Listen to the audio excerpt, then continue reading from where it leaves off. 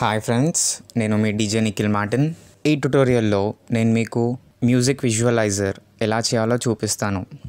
ఇంకా లేట్ చేయకుండా స్టార్ట్ చేద్దాం.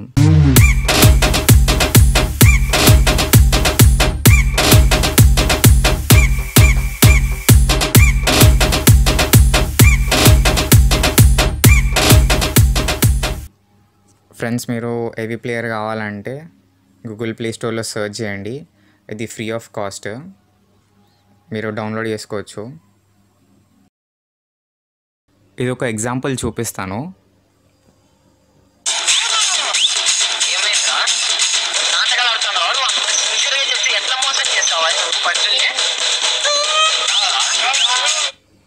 ఇది నేను ముందు నుంచే డౌన్లోడ్ చేసుకున్న ఏవి ప్లేయర్ది ఎగ్జాంపుల్. సో మీరు డౌన్లోడ్ చేసుకున్నప్పుడు మీకు ఈ టెంప్లెట్ రాదు ఫ్రెండ్స్. మీరు ఇది మళ్ళీ యూట్యూబ్ నుంచి డౌన్లోడ్ చేసుకోవాలి. ఈ ట్యుటోరియల్లో నేను మీకు అన్నీ చూపిస్తాను. సో ఫస్ట్ బేసిక్ మీరు తెలుసుకోవాలి ఏవి ప్లేయర్ ఎట్లా యూస్ చేయాలి అనేసి.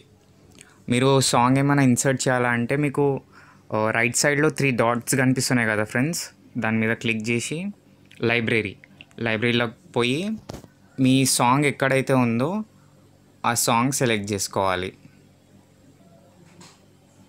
ఇట్లా సాంగ్ సెలెక్ట్ చేసుకున్న తర్వాత విజువలైజర్ మీద క్లిక్ చేయగానే మీకు ఇట్లా ఓపెన్ అయిపోతుంది. సెకండ్ ఏమో మనకి ఇట్లా డబ్బల్ కనిపిస్తున్నాయి కదా ఫ్రెండ్స్, దాని మీద క్లిక్ చేయగానే మీకు ఇట్లా టెంప్లెట్స్ కనిపిస్తుంది, విజువలైజర్స్వి టెంప్లెట్స్. ఇవి ఫస్ట్ కొన్ని మీకు డౌన్లోడ్ చేసుకున్నప్పుడే వచ్చేస్తుంది ఫ్రెండ్స్, ప్రీ ఇన్స్టాల్డ్తోని.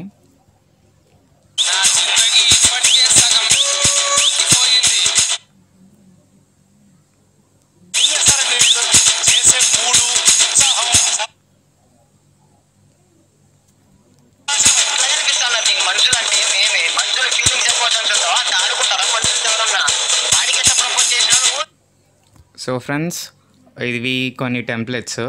సో మీరు యూట్యూబ్ నుంచి డౌన్లోడ్ చేసుకోవచ్చు ఈ టెంప్లెట్స్ అన్నీ.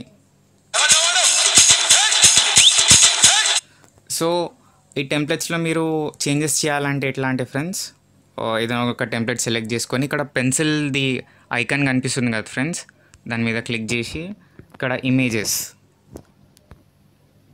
ఇదేమో బ్యాక్గ్రౌండ్ ఇమేజ్కి మీరు ఇట్లా డౌన్ స్వైప్ చేస్తూ ఉంటే మీకు ఇక్కడ ఇమేజ్ అని కనిపిస్తుంది.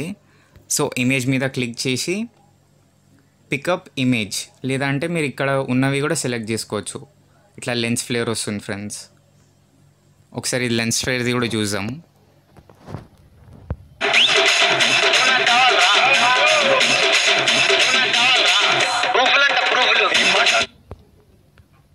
ఇప్పుడు ఏమైనా బ్యాక్గ్రౌండ్ పెట్టాలంటే ఫ్రెండ్స్ మీరు సేమ్ మళ్ళీ ఇమేజ్లోకి వెళ్ళి పిక్ ఇమేజ్, మీది ఇమేజ్ ఎక్కడ ఉంది సెలెక్ట్ చేసుకోవాలి ఫ్రెండ్స్.